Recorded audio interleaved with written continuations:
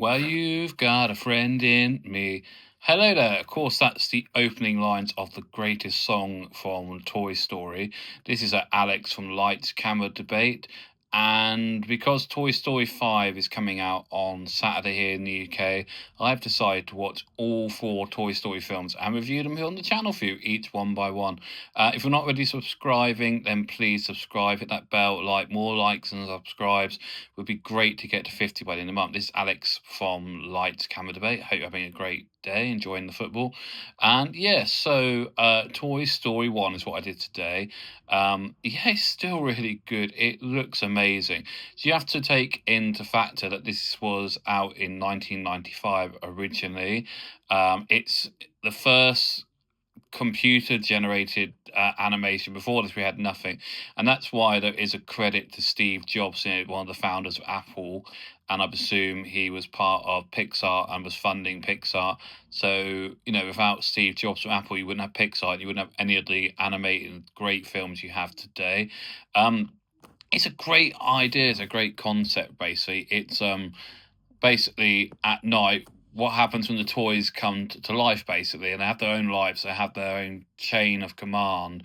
And in this house, it's Woody the cowboy, played amazingly by Tom Hanks, who runs the whole world of the toys. He's in control of all of them. And suddenly their owner gets a new toy, and it's a Buzz Lightyear, and Woody's life is completely put out of line. And Buzz can't believe that he's actually a toy. He's played by Tim Allen, who's great. And he just can't get the concept that he's not a space alien, savior of the galaxy, Buzz Lightyear. And there's this great lines like "To Infinity and Beyond" is just great still into this day. There's really good acting. It's quite scary in some things.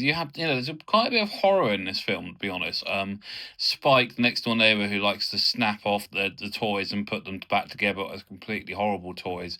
But they do get their revenge in the end, the toys from his house, because Woody persuades him that he can actually talk to toys, and the toys are watching him, which is great.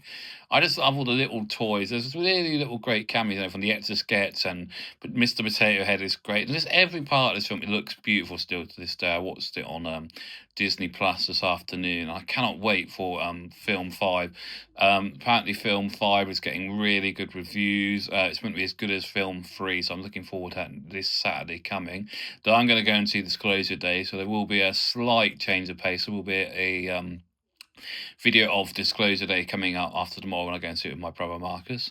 But yeah, it's really good. There's some great acting from Tim Allen and Tom Hanks. They have a lot of standoffs with him before they become friends, because he can't not believe that he's not a toy. And Woody is trying to really hammer this into him. You are a toy. That's the great line from Tom Hanks when he gets so exasperated by him.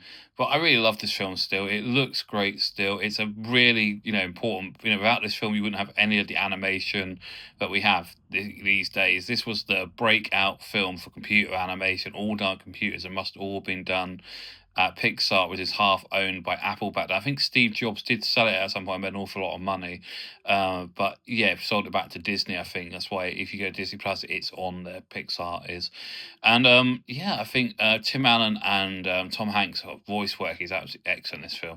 And yeah, it's just this whole thing about friendship and finding a buddy, and what happens when you move and how things change. And eventually, as we all know, I don't know his name now, so it's gone out of my head. The boy whose toys these all are, and I can't remember his name. It's going to annoy me now.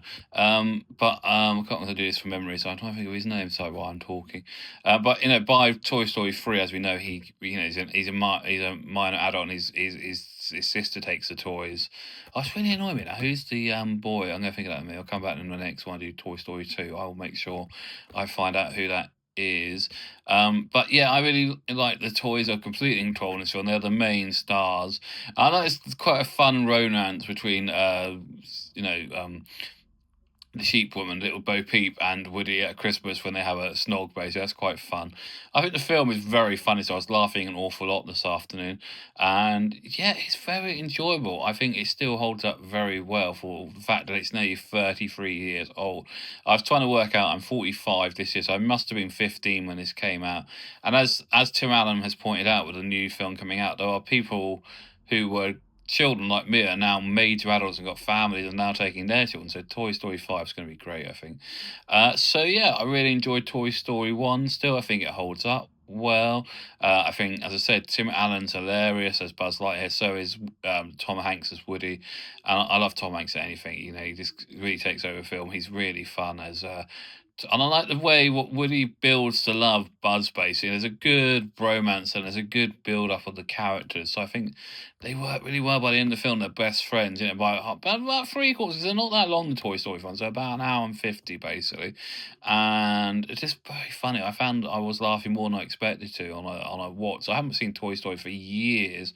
I just sat down to watch it because of Toy Story 5 coming out. And I will do Toy Story 2, 3, and 4 because they're all on Disney Plus, where you can watch them all there if you've got a Disney Plus subscription like I have in this house. Anyway, yeah, so Toy Story 1, very good. I'm looking forward to rewatching Toy Story 2 once I'm back from Disclosure Day tomorrow.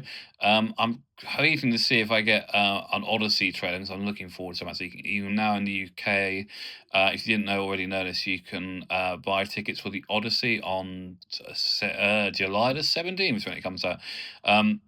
I think at the Picture House, I'm going to go to the 3:30 one. You've got three options of 12, 3:30, and 7. I'm glad to see it there because when I went to see Backrooms on Saturday, and I don't know why, let me know in the comments. I always read the comments. Why are people not liking a horror film?